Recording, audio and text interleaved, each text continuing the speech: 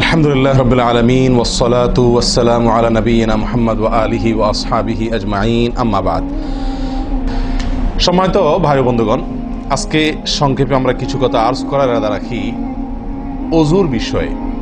অজুতে আমাদের যে সমস্ত ভুল ত্রুটিগুলো সচরাচর হয়ে থাকে সে বিষয়ে সামান্য কিছু কথা আর্জ করার ইরাদা রাখি। ওয়া মা তাওফীক ইল্লা বিল্লাহ।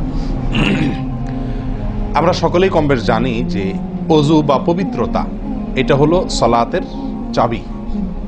নবী সাল্লাল্লাহু আলাইহি ওয়াসাল্লামের সূরা আবু দাউদে বর্ণিত হাদিসে আসছে, তিনি বলেছেন মিফতাহুস সালাতি আত-তাহুর, সালাতের বা নামাজের চাবি হলো কি?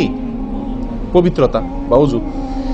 তো চাবি যদি ঠিক থাকে, পারফেক্ট হয়, তাহলে তালা খুলবে। আর যদি চাবি পারফেক্ট না হয়, ঠিক না হয়, তাহলে সেক্ষেত্রে তালা খুলবে না। ওই চাবি দিয়ে আপনি ঘরে প্রবেশ করতে পারবেন না। মনে করুন জান্নাত হলো আমার ঘর বা গন্তব্য, ঢুকতে হলে আমাকে সালাতের তালাটুকু খুলে ঢুকতে হবে, অর্থাৎ সালাত পড়ে ঢুকতে হবে, আর তার চাবি হলো পবিত্রতা। তাহলে পবিত্রতার চাবি, তার তালা হলো সালাহ, আর সালাহ পড়ে আমি ঢুকতে চাচ্ছি জান্নাতে। তাহলে আমার শেষ গন্তব্যে, অর্থাৎ আমি যে জায়গাটা যেতে চাচ্ছি সেই জায়গায় জান্নাতে যেতে হলে আমার সালাত ঠিক হতে হবে, আর সালাত ঠিক হতে হলে তার চাবি ঠিক থাকতে হবে। তালা ঠিক থাকতে হলে, তালা খুলতে হলে চাবি ঠিক থাকতে হবে। সেটা হলো কি? সালাত, তাহারত বা পবিত্রতা। তো পবিত্রতার সবচাইতে কমন পবিত্রতা হলো অজু। এই অজুর বিষয়ে আমাদের বেশ কিছু ত্রুটি, বেশ কিছু ভুল ভ্রান্তি হয়ে থাকে। অজুর যে ভুলগুলো হয়তো আপনিও করেন, আমরাও করছি প্রতিনিয়ত, কিন্তু জানি না। তো সেগুলো নিয়ে আমরা সংক্ষেপে আলোচনা করব। নবী সাল্লাল্লাহু আলাইহি ওয়াসাল্লাম বুখারী মুসলিমের হাদিসে আসছে, তিনি বলেছেন লা তুকবালু সালাতুন বিগাইরি তাহুরিন, পবিত্রতা ছাড়া কোনো সালাত কবুল হবে না। কোনো সালাত আল্লাহর কাছে অ্যাকসেপ্টেড, গ্রহণযোগ্য হবে না কি ছাড়া? তাহারাত ছাড়া, অজু ছাড়া। অতএব এই অজু এটা পূর্ণাঙ্গ হলে সালাত পূর্ণাঙ্গ হবে, সালাত পূর্ণাঙ্গ হলে জান্নাতে যাওয়া সহজ হবে ইনশাআল্লাহ। অতএব একটা আরেকটার সাথে সম্পর্ক যুক্ত বিধায় সবকিছুর আগে, সালাতেরও আগে আমাকে লক্ষ্য করা দরকার আমার অজু বা তাহারাতটা কি হচ্ছে কিনা, ঠিকঠাক হচ্ছে কিনা। প্রিয় ভাইরা, অজু দুই প্রকার। একটা হলো কোন রকম অজু, আরেকটা হলো পূর্ণাঙ্গ অজু। একটা হলো কোন রকম অজু, আরেকটা হলো কি? পূর্ণাঙ্গ অজু। পূর্ণাঙ্গ অজু যেটা, এটাকে হাদিসের ভাষায় বলা হয়েছে ইসবাগুল ওযু। পূর্ণাঙ্গভাবে ওযু করা, এটাকে বলা হয়েছে ইসবাগুল ওযু, অর্থাৎ ওযুকে পরিপূর্ণভাবে করা। আরেকটা হলো যেনতেনভাবে কোনো রকম ভাবে ওযু সেরে ফেলা। আমরা সাধারণত সারাদিন যে ওযুটা করি, সারা জীবন যে ওযুটা করে আসছি, সেটা হলো যেন তেন ওযু বেশিরভাগ লোকের। ইল্লা মান রাহিমা রব্বি, হাতে গোনা কিছু লোক আমরা আছি যারা ইসবাগুল ওযুর যে নির্দেশ সেটা পালন করতে সক্ষম হয়েছি, অর্থাৎ ওযুটা পূর্ণাঙ্গ করতে পেরেছি। প্রিয় ভাই বন্ধুগণ, ইসবাগুল ওযু এর নির্দেশ নবী সাল্লাল্লাহু আলাইহি ওয়াসাল্লাম বিভিন্ন জায়গায় দিয়েছেন, বিভিন্ন জায়গায় বহু হাদিসে আসছে। তোমরা ওযুকে আসবিগুল ওযু, আসবিগুল ওযু, তোমরা ওযুকে পরিপূর্ণ করো, ওযুকে পূর্ণাঙ্গভাবে করো, সঠিকভাবে করো, যথাযথভাবে করো। তার মানে নবী সাল্লাল্লাহু আলাইহি ওয়াসাল্লাম জানতেন যে অজুতে যথার্থতার খেলাফ প্রচুর পরিমাণে হয়ে থাকে, আর সেজন্য তিনি সাবধান করেছেন আসবিগুল ওযু, অর্থাৎ অজুকে তোমরা পূর্ণাঙ্গভাবে করো, সুন্দরভাবে করো, যথার্থভাবে করো। কথা কি বুঝাতে পারছি? যেহেতু অজুর বিষয়ে আমাদের গাফলতি আছে বা গাফলতি থাকার কথা, সেজন্য নবী সাল্লাল্লাহু আলাইহি ওয়াসাল্লাম আমাদেরকে বলেছেন অজু করো, এটা না, বলেছেন আসবিগুল ওযু, অর্থাৎ আকমিলুল ওযু, অজুকে পরিপূর্ণভাবে করো, সুন্দরভাবে করো, যথাযথভাবে করো। অজুর যে ফজিলত, অজুর যে ফজিলত মুসলিম বর্ণিত হাদিসে আসছে, নবী সাল্লাল্লাহু আলাইহি ওয়াসাল্লাম বলেছেন যে ব্যক্তি পরিপূর্ণভাবে ওযু করবে, পরিপূর্ণভাবে ওযু করবে, ভালোভাবে ওযু করবে, এবং ওযুর শেষে কালিমাতুশ শাহাদা যেটা আছে, আশহাদু আল্লা ইলাহা ইল্লাল্লাহু ওয়াহদাহু লা শারীকা লাহু ওয়া আশহাদু আন্না মুহাম্মাদান আবদুহু ওয়া রাসূলুহু, এই কালিমায়ে শাহাদা পাঠ করবে ওযুর শেষে, এই ব্যক্তির জন্য আল্লাহ সুবহানাহু ওয়া তাআলা জান্নাতের সমস্ত দুয়ার খুলে দিবেন। তাহলে আমরা বলতে পারি জান্নাতের 8 দুয়ারের সমস্ত দুয়ারের একটা রিমোট এখানে নবী সাল্লাল্লাহু আলাইহি ওয়াসাল্লাম আমাদেরকে বাতলে দিয়েছেন। একটি রিমোট, এই এক রিমোট টিপের সঙ্গে সঙ্গে 8 দরজা সব খুলে যাবে। সেটা হলো ওযুকে কি করা?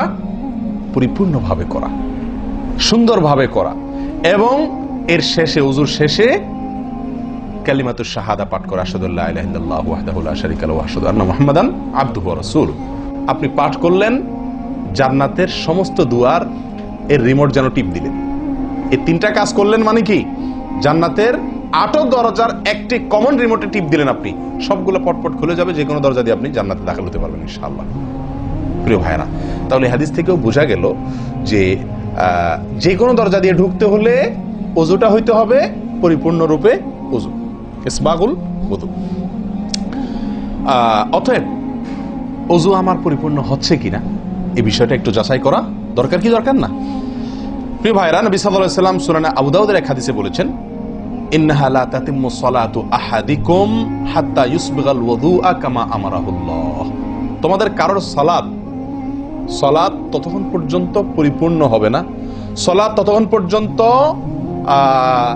সুন্দর হবে না, পূর্ণাঙ্গ হবে না, সালাতে পূর্ণতা আসবে না, যতক্ষণ না তোমরা ওযুকে ঠিক আল্লাহ যেভাবে করতে নির্দেশ করেছেন ওইভাবে পরিপূর্ণভাবে না করো। আল্লাহ সুবহানাহু ওয়া তাআলা যেভাবে ওযু করতে বলেছেন ওইভাবে পরিপূর্ণ রূপে ওযু না করা পর্যন্ত তোমাদের সালাত পূর্ণতা পাবে না। তাহলে সালাতের পূর্ণতা পাওয়ার জন্য ওযুটি হইতে হবে, ওযু না শুধু। আমরা জানি যে সালাতের জন্য ওযু করতে হয় না, ওযু করলেই শুধু সালাতের পূর্ণতা আসবে না, ওযুটা হইতে হবে আল্লাহ যেভাবে নির্দেশ করেছেন সেভাবে, যথাযথ উপায়ে এবং সঠিকভাবে।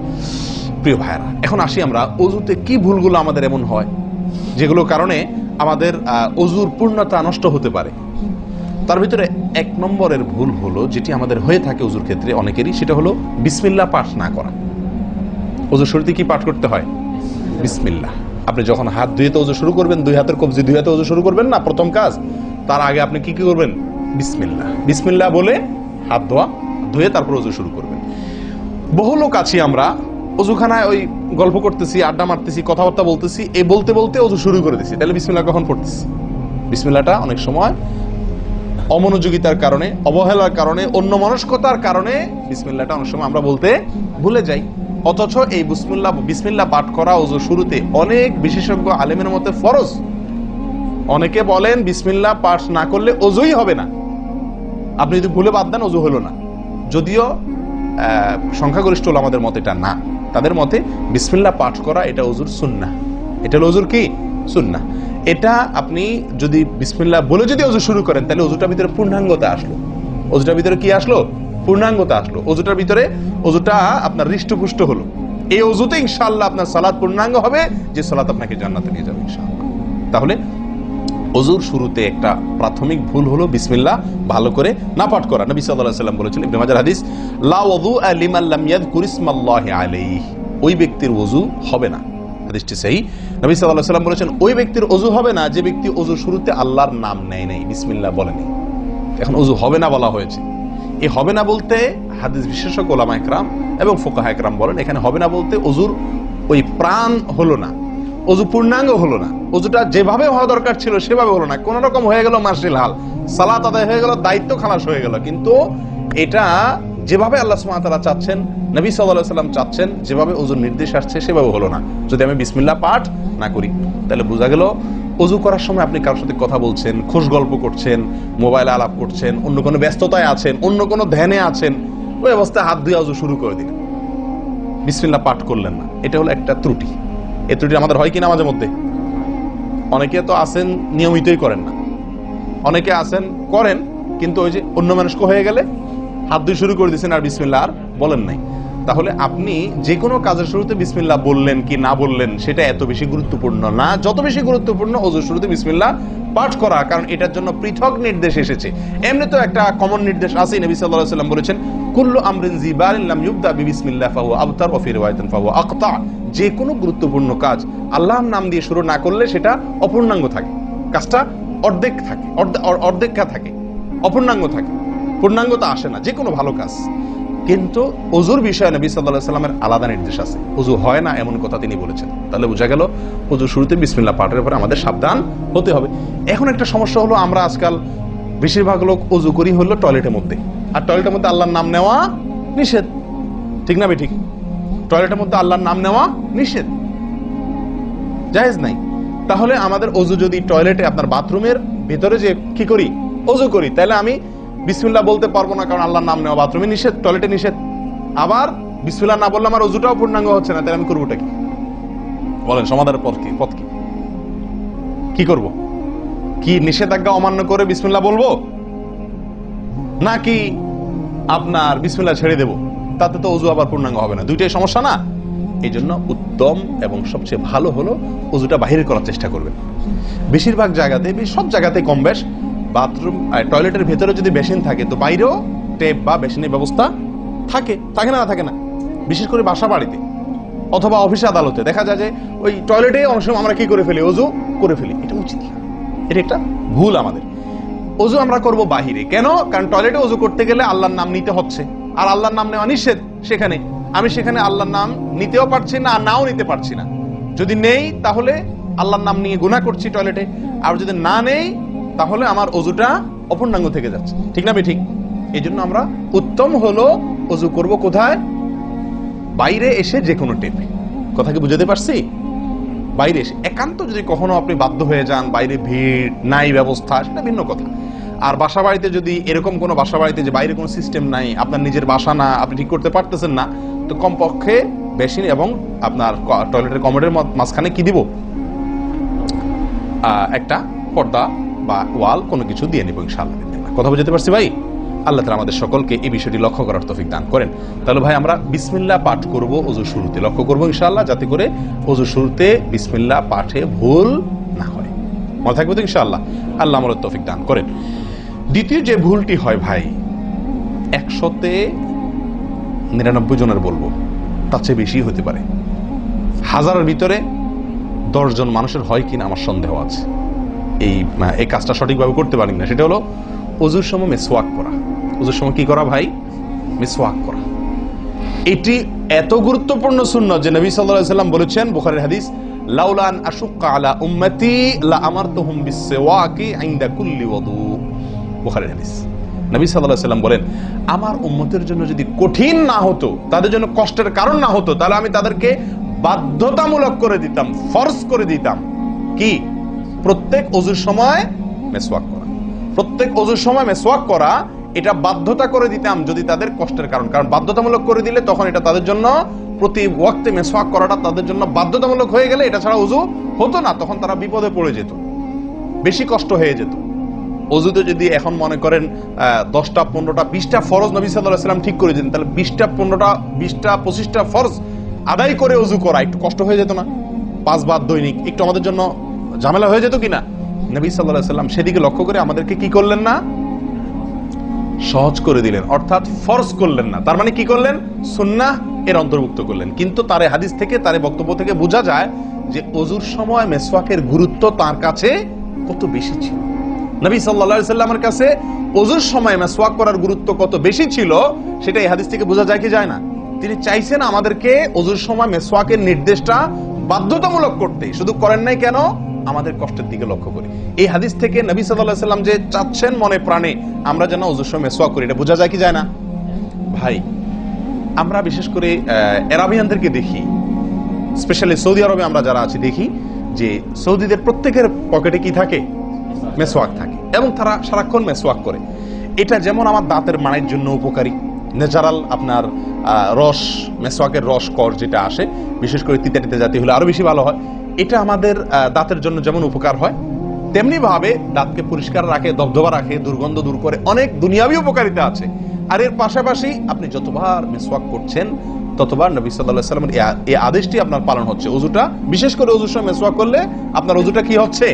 যেই অজুতে তালা খুলবে সুন্দরভাবে এবং আপনি জান্নাত পর্যন্ত যেতে পারবেন, সে অজু হবে যদি আপনি তাতে কি করতে পারেন? অজুর মধ্যে সময় মিসওয়াক করতে পারেন। ভাই, কার কার পকেটে মিসওয়াক আছে? আছে সাথে কারো? তো আপনারা এসার সময় আসছেন যে অজু করেন নাই? কি বলেন? মিসওয়াক আছে কার কার? আলহামদুলিল্লাহ, একজন পাওয়া গেল। আর ভাই, অজুর সময় মিসওয়াক এটি আমরা ছেড়ে দিয়েছি। এই আমলটা আমাদের মধ্যে নাই বললেই চলে।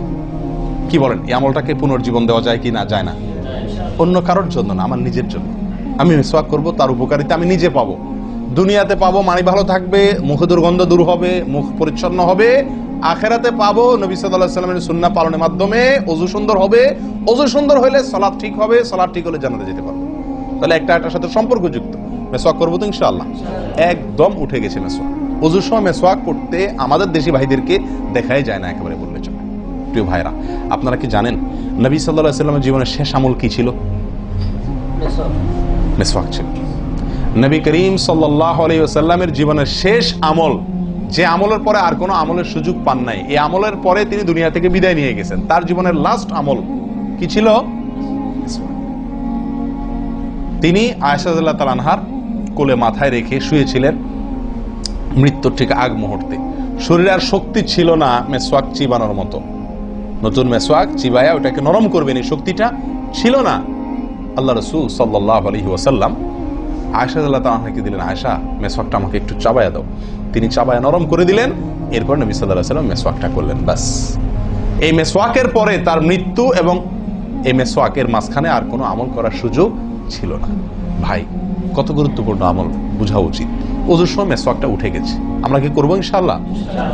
সবসময় মেসওয়াক পকেটে রাখবো তো ইনশাআল্লাহ? ওযুর সময় মেসওয়াক কখন করবেন, এটা নিয়ে ওলামাদের দুটি মত পাওয়া যায়। বেশিরভাগ ওলামাদের মত এবং বিশুদ্ধ মত হলো কুলি করার সময় আমরা মেসওয়াক করব। কুলি করার সময় আপনি বিসমিল্লাহ বলে হাত ধুলেন, এরপরে কুলি করলেন। মেসওয়াক করতে হবে এভাবে, সোজাসুজি, উপরে নিচে না, পাশাপাশি, ঠিক আছে?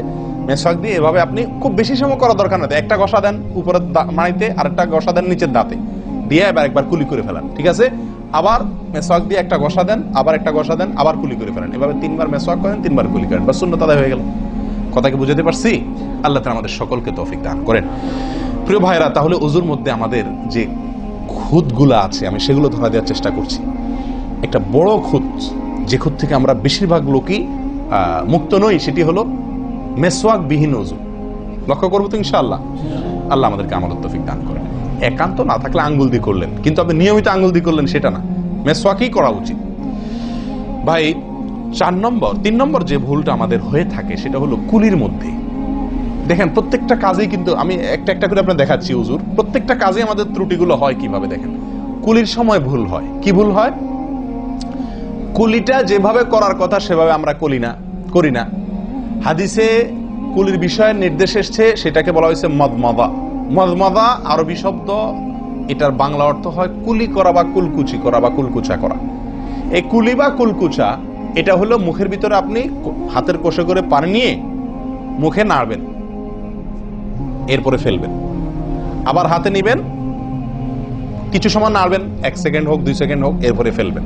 এটা হলো কুলি বা কুলকুচা। আমরা বেশিরভাগ সময় এরকম করি আলহামদুলিল্লাহ। যখন ব্যস্ত থাকি, যখন হুলস্থুল থাকে, কোনো সময় কোনো কাজের তাড়া থাকে, তখন অনেক সময় আমরা কি করি? হয় কি না হয় না? মুখে নিলাম আর ঢাললাম, মুখে নিলাম আর ঢাললাম। আমি জানি না আপনাদের হয় কিনা এরকম।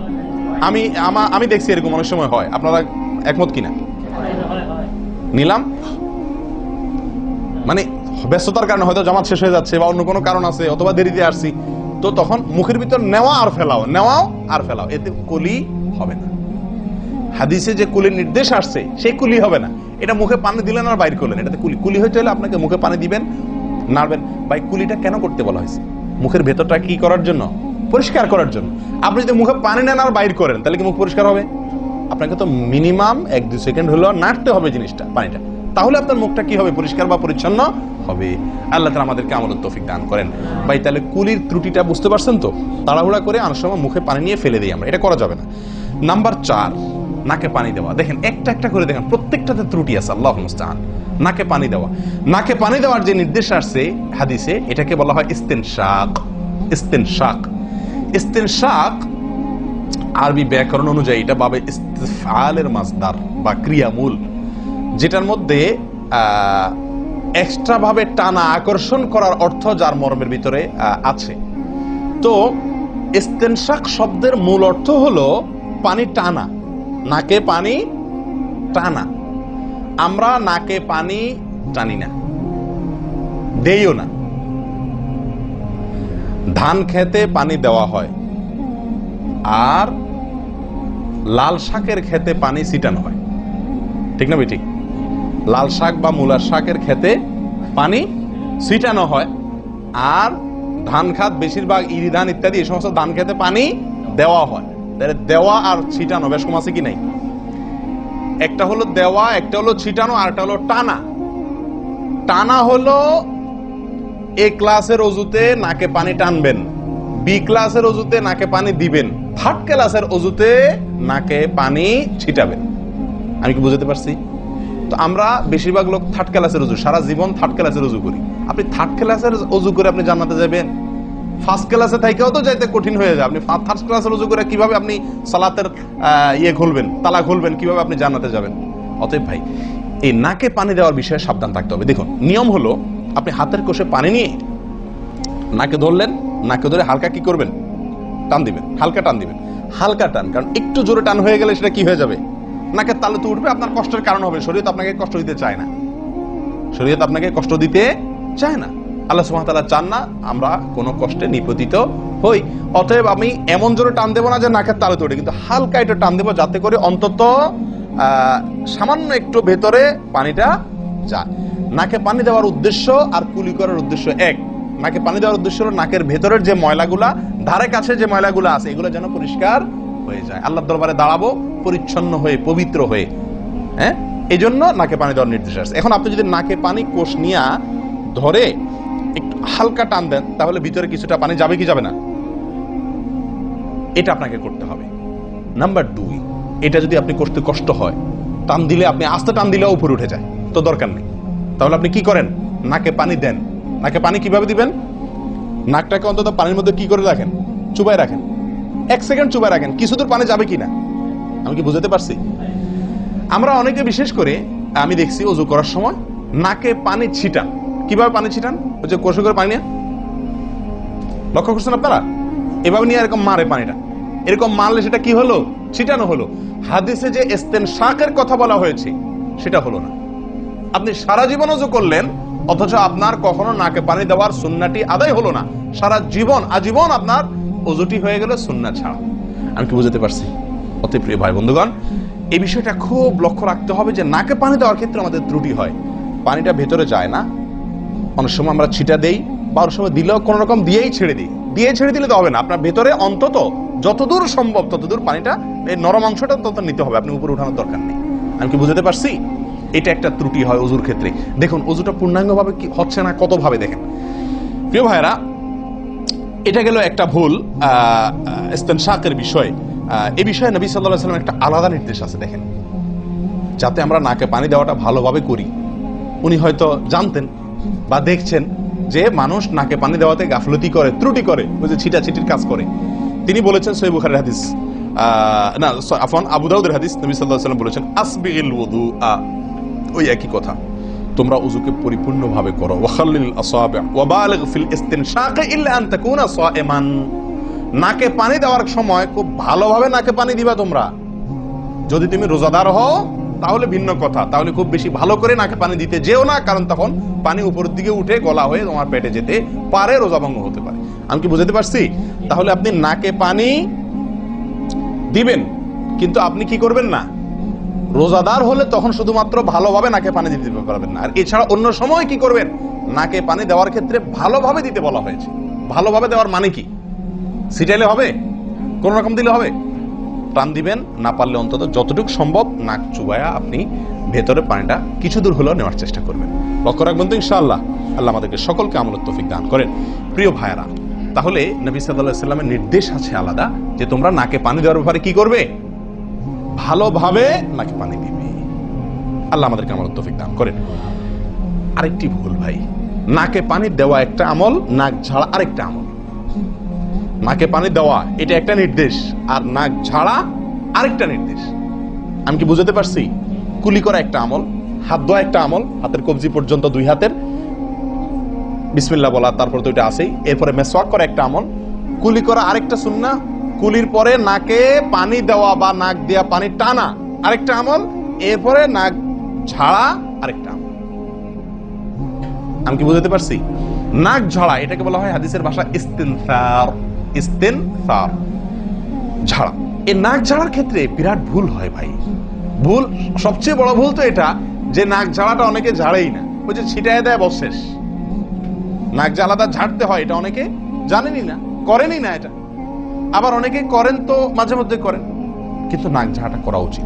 যতবার নাক দিয়ে টান দিলেন না, এরপরে হালকা আঙ্গুল দিয়ে চাপ দিয়ে আপনি ওইটাকে প্রেসার দিয়ে নাকটা পরিষ্কার করবেন। কথা কি বুঝাতে পারছি?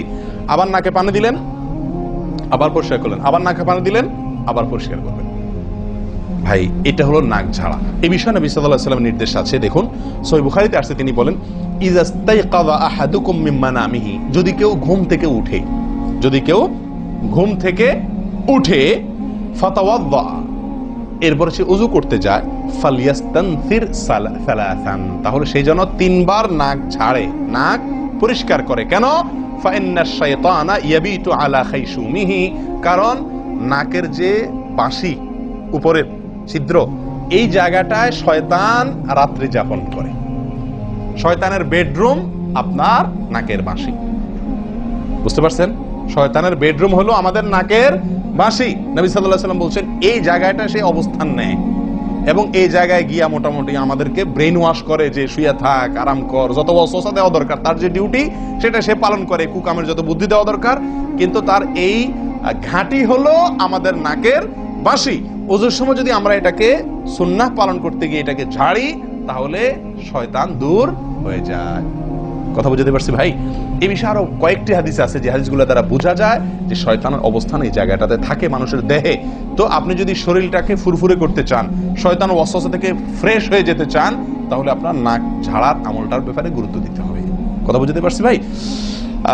তাহলে উলামা ইকরাম বলেন, এই হাদিসে তো ঘুম থেকে উঠে ওযু করার ক্ষেত্রে বলা হয়েছে, তো এর মানে শুধু ঘুমের জন্যই এটা খাস নয়। ঘুম থেকে উঠে আপনি ওযু করলে সেই ওযুতে এটা বেশি গুরুত্বপূর্ণ, কিন্তু অন্য সকল ওযুতেই বিষয়টি আমলযোগ্য বা সুন্নাহ।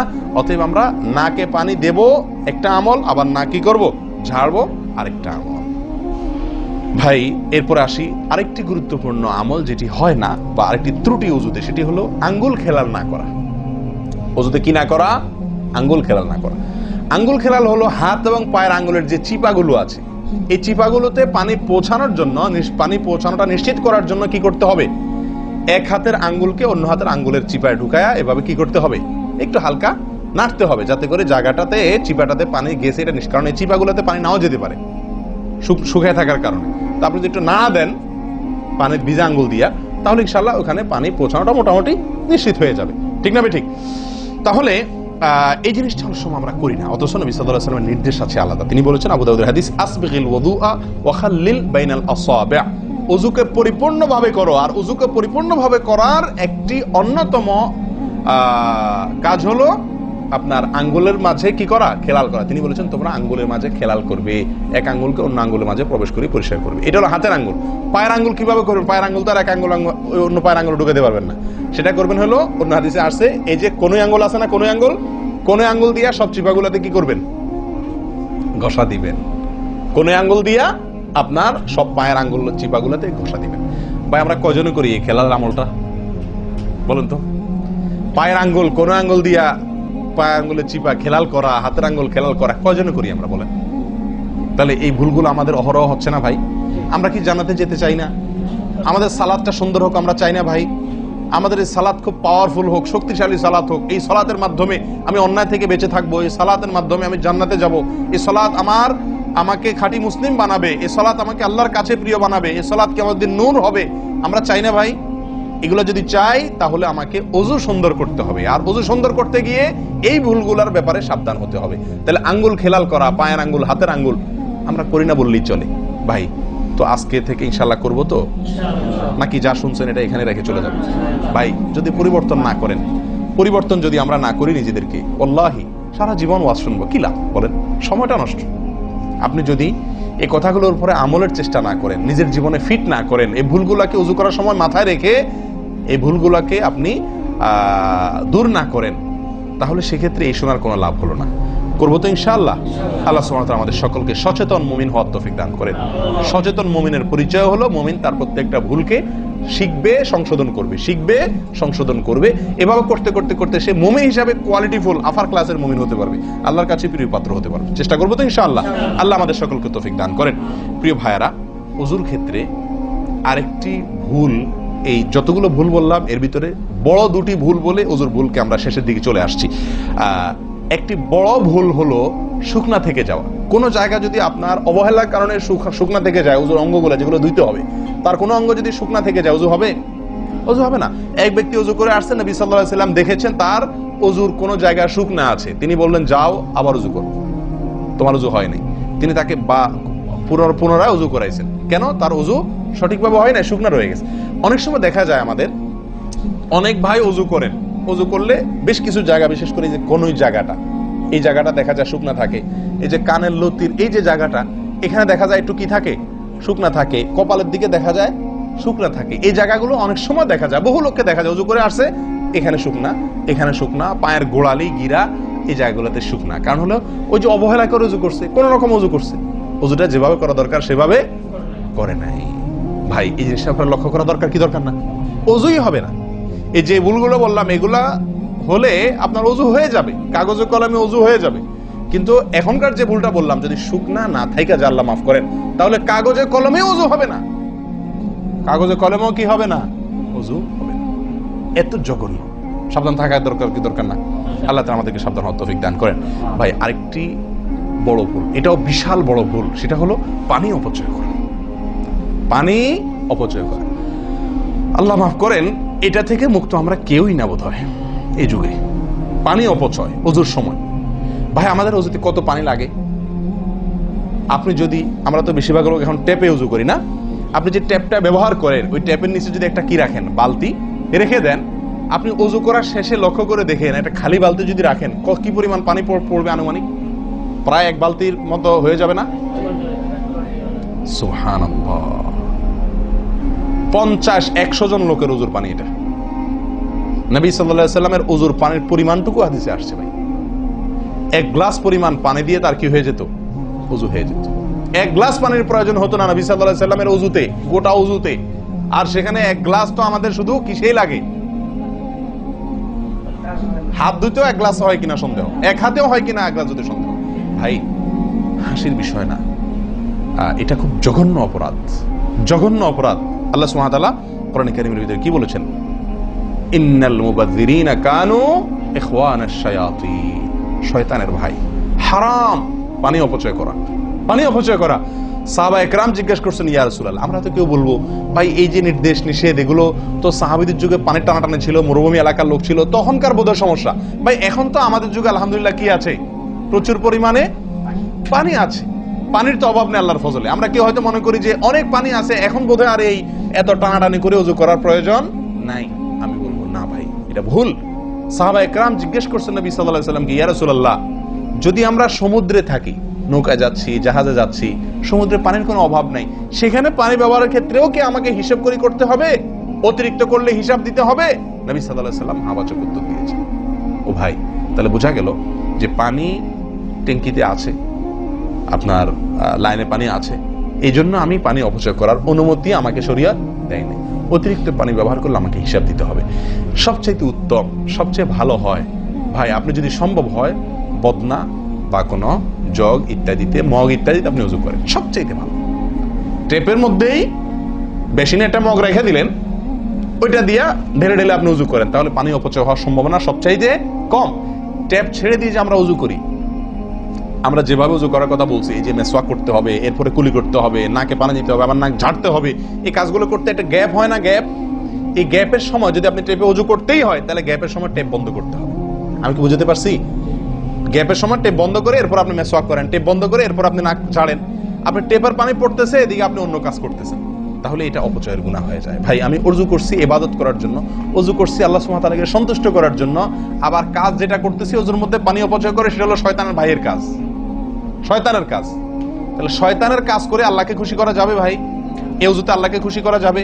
এই ওযুতে আল্লাহ সন্তুষ্ট হবেন? ওযু করলে নবী সাল্লাল্লাহু আলাইহি ওয়াসাল্লাম বলেছেন, দিনে 5 বার ওযু করলে, একটা মানুষ 5 বার গোসল করলে যেরকম তার শরীরে ময়লা থাকে না, একটা মানুষ দিনে 5 বার 5 ওয়াক্ত সালাতের জন্য ওযু করলে ওই লোকের অন্তরে বা ওই লোকের ভেতরে গুনাহ থাকে না, আল্লাহ তাকে গুনাহ থেকে পরিচ্ছন্ন করে দেন, পবিত্র করে দেন, ধুয়ে পরিষ্কার করে দেন 5 বার ওযু করার মাধ্যমে।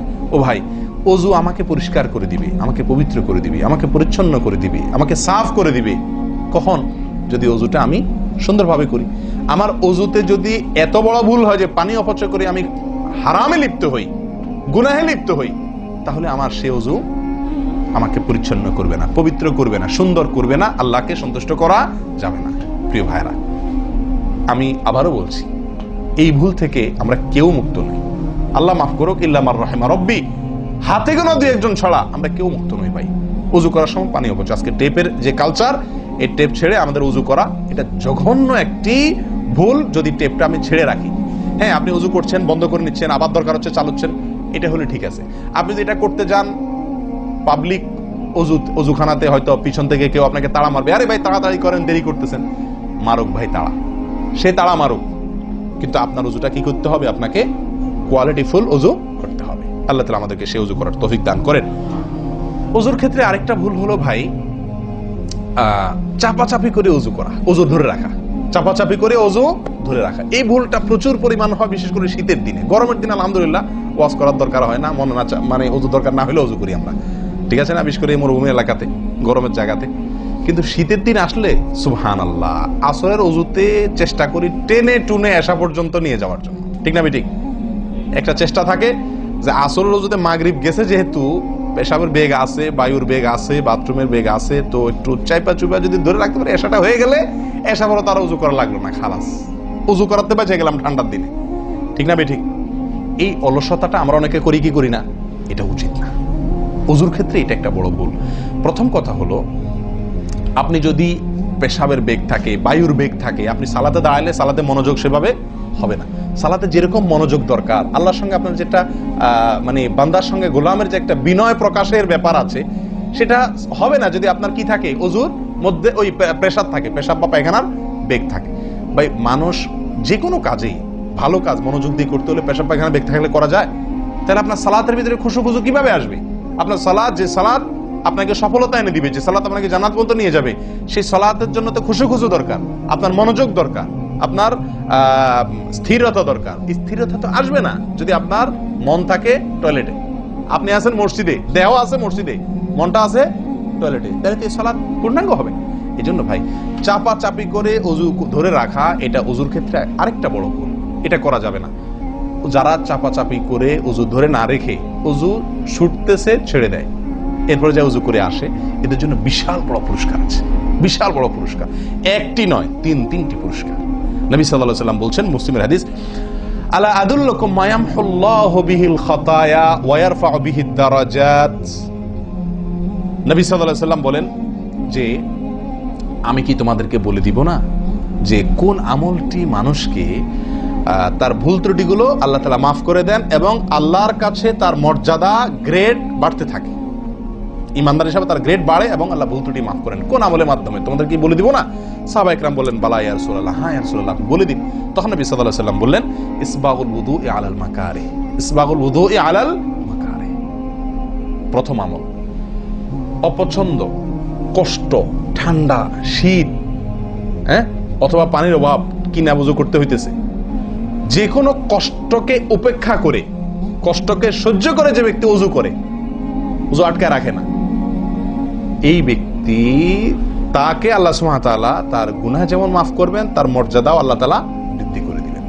তাহলে বোঝা গেল, সাধারণ ওযু এটার চাইতে আপনি যদি ওযুকে কি করেন,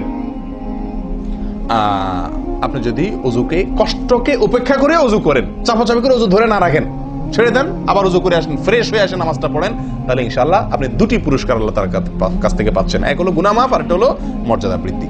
আল্লাহ তাআলা আমাদের সকলকে ওযুর এই ভুল ত্রুটিগুলোকে কভার করে, এগুলো থেকে পরিচ্ছন্ন থেকে, এই ভুলগুলো থেকে মুক্ত থেকে আল্লাহ তাআলা আমাদের সকলকে ওযু করার তৌফিক দান করেন। ওযু ভঙ্গের কারণের ব্যাপারে কয়েকটা আমাদের ভুল ধারণা আছে। যেমন অনেকে মনে করেন যে সিগারেট খাইলে, বিড়ি খাইলে ওযু যায়। অনেকে প্রশ্ন করেন, বিড়ি খাইলে, সিগারেট খাইলে ওযু যায় কিনা? কি বলেন আপনারা, কি বলেন, ওযু যায়? বিড়ি সিগারেট খাইলে? আপনাদের এখানে যায় ওযু? না, আমাদের এখানে যায় না, আমাদের এখানে ওযু যায় না ভাই। বিড়ি বা সিগারেট খাইলে ওযু যাবে না। ওযু যাওয়ার সাথে বিড়ি বা সিগারেটের সম্পর্ক না, ধূমপানের সাথে ওযু যাওয়ার সম্পর্ক না। তাহলে আপনারা কেউ বলবেন, তাহলে হুজুর, তাহলে তো বিষয়টা, তাহলে বোঝা গেল ধূমপানটা তাহলে এত বড় কিছু না।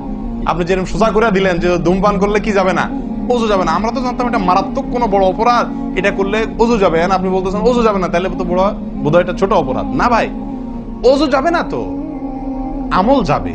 ইমান যাবে। অজু গেলে তো কোনো ব্যাপার ছিল না, অজু যাওয়া কোনো দোষের কিছু ভাই। একজনের অজু আছে, তার বায়ু আসছে, অজু গেল। একজনের অজু আছে, পেশাব করলে অজু চলে গেছে, তার কোনো দোষ করছে সে? আপনারা বুঝেন না আমার কথা? অজু চলে গেলে সেটা কি দোষের কিছু? তাহলে এটা তো আমার বড় কিছু না, দোষের কিছু না। বিড়ি খাইলে, সিগারেট খাইলে অজু যাবে না তো? অজু যাওয়া তো দোষের কিছু না। এর চেয়ে বড়টা যাবে, তাকওয়া যাবে। কি যাবে? তাকওয়া ছুটে যাবে, মুত্তাকির খাতা থেকে নাম কাটা যাবে। বুঝেন না কথা? নেক আমলদারের খাতা থেকে নাম কেটে যাবে, গুনাহগার হবে, গুনাহে লিপ্ত হলো সে। অজু ভাঙলে তো দোষের কিছু হতো না, ভুল তেমন কোনো ক্ষতির কিছু হতো না, কিন্তু তার চাইতে বড় ক্ষতি হবে। কিন্তু অজু ভাঙবে না বলে তাহলে কি সিগারেট খায় ডাইরেক্ট মসজিদে চলে আসবো? না, সেটা জায়েজ নাই। সিগারেট যদি খান, এই বদ অভ্যাস যদি থাকে, হারামে লিপ্ত হওয়ার অভ্যাস থাকে, আল্লাহ হেফাজত করুক, সবাইকে ফিরে আসার তৌফিক দান করুক। কমের পক্ষে মুখকে ভালো করে ফ্রেশ করে পরিষ্কার করে ব্রাশ করে মেসওয়াক করে দুর্গন্ধ দূর করে তারপর মসজিদে আসবে। কথা বুঝে আসছে? যাতে অন্য মানুষ কষ্ট না পায়। অনেকে মনে করেন হাঁটুর উপরে কাপড় উঠলে অজু ভেঙে যায়, ঠিক না? ঠিক। আপনারা কি বলেন? আপনাদের দেশে অজু ভাঙেনি? আপনাদের এখানে ভাঙে? আচ্ছা, ভাঙতে পারে। কোন কোন এলাকাতে হাঁটুর উপরে অজু কাপড় উঠলে কি করে? অজু ভাঙে। এটা অনেকে বলেন যে ভাই সতর যদি খুলে যায়, হাঁটুর উপরে কথা না, সতর খুলে গেল, কেউ অজু করার পরে উলঙ্গ হয়ে গেল কাপড় পাল্টাতে গিয়ে বা কোনো কারণ, এক কথায় অজুর পরে যদি সতর খুলে যায় অজু ভাঙবে না। কিন্তু আমাদের অনেক দেশে অনেক এলাকাতে অজু ভাঙে না ভাই। এই যেখানে ভাঙে সেখানে আসলে ভাঙা উচিত না। অজু আপনার সতর খুললে কি হয় না? অজু ভঙ্গ হয় না। এর সাথে অজু ভঙ্গ হওয়ার সম্পর্ক নেই। ওই যে বলছি, ধূমপানের মতো। সতর যদি অন্য মানুষের সামনে খোলেন আপনি, তাহলে অজু ভাঙলে তো দোষের কিছু হতো না। এখানে তাকওয়া ভাঙবে, অজু ভাঙবে না। আমি কি বুঝাতে পারছি? এর চেয়ে বড় অপরাধ হবে, কবিরা গুনাহ লিপ্ত হলেন আপনি, ফরজ তরক হয়ে গেল, আপনি বড় গুনাহ করলেন। অজু ভাঙলে তো এমন দোষে কিছু হতো না, কিন্তু অজু ভাঙবে না। অনেকে মনে করে টিভি দেখলে, সিনেমা দেখলে, নাটক দেখলে, গান ফান দেখলে অজু ভাঙে না। এটার সাথেও কি নাই? অজু ভাঙার সম্পর্ক নাই। অজু ভাঙার সম্পর্ক নির্দিষ্ট কিছু কাজে, পেশাব করলেন, পায়খানা করলেন, বায়ু ছাড়লেন, ঘুমাইলেন, অজু ভাঙে এগুলাতে। কিন্তু আপনি সিনেমা দেখলেন, খারাপ কিছু দেখলেন, এই দেখলেই আপনার কি হবে না? অজু ভাঙবে না। হ্যাঁ, একটা কথা ঠিক যে আপনি এই যে কাজগুলোর কথা বললাম, আপনি সিগারেট খাইলেন, আপনি আল্লাহ মাফ করেন কোন হারামে লিপ্ত হলেন, আপনি সতর খুললেন মানুষের সামনে, আপনি সিনেমা দেখলেন, টিভিতে খারাপ হারাম কিছু দেখলেন, তাহলে কি করতে হবে?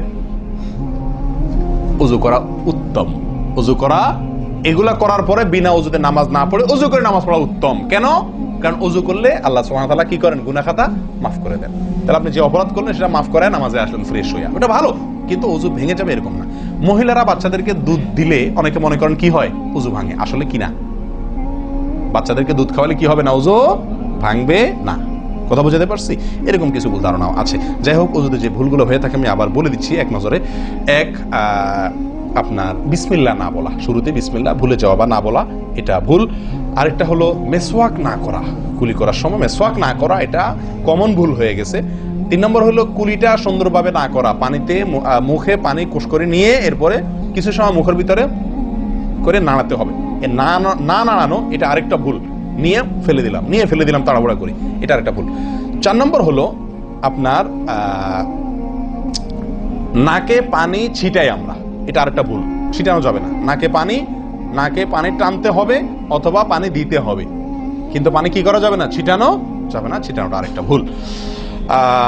5 নম্বর হলো আপনার নাক ঝাড়া। নাকে পানি দেওয়ার পরে কি করতে হয়? নাক ঝাড়তে হয়। আবার দেখেন ডানে বামে লোকজন দেখে ঝাড়ে, বিশেষ করে উজুখানাতে যদি করেন উল্টাপাল্টা, আপনার নাক ঝাড়া মার খায়েন না। তখন আমার কথা বলেন না, আমার যে মৌলভী সাহেবের ওয়াজ শুনে আমি মার খাইছি। দেখেন, নাক ঝাড়ার সময় দেখে শোনা, আশপাশে দেখে নিজের নিয়ন্ত্রণে রেখে নাক ঝাড়ানো, কিন্তু ঝাড়তে হবে। ঝাড়াটা একটা সুন্নাহ আমল, এটি বিলুপ্ত হওয়ার পথে। 6 নম্বর হলো ভাই আঙ্গুল খেলাল করা। কি করা? আঙ্গুল খেলাল করা। এটা উঠে গেছে। পায়ের আঙ্গুল খেলাল করতে হবে, কোন আঙ্গুল দিয়ে হাদিসে আসছে, আর হাতের আঙ্গুল এগুলা দিয়া, কারণ এগুলাতে জাহান্নামের আগুন প্রবেশ করবে যদি এগুলো শুকনা থাকে, সালাত হবে না। এরপর আসি 7 নম্বর ভুল হলো আপনার সালাতের মধ্যে, এই ওযুর মধ্যে কোন অঙ্গ শুকনা থেকে যায়, বিশেষ করে গিরা। নবী সাল্লাল্লাহু আলাইহি ওয়াসাল্লাম বলেছেন, ওয়াইলুল লিল আকাব মিনান নার, তোমরা পায়ের গিরা গোড়ালি এগুলোকে জাহান্নামের আগুন থেকে বাঁচাবা। অর্থাৎ এগুলাতে ভালো করে পানি পৌঁছানোর জন্য, কারণ বিশেষ করে শুকনা যখন হয় শীতের দিনে, তখন এগুলা ফেটে যায়, পানি আপনি ঢাললেই যায় না, একটু হালকা ডললে ভালো করে তারপরে পানিটা জায়গা মতো যায়। এই জন্য ওইগুলোর পরে গোড়ালির পরে বিশেষভাবে লক্ষ্য রাখা দরকার। আর কষ্ট উপেক্ষা করে উজু করার চেষ্টা করা দরকার। আর শেষ সেটা হলো পানি অপচয়। কি করা ভাই? পানি অপচয় করা।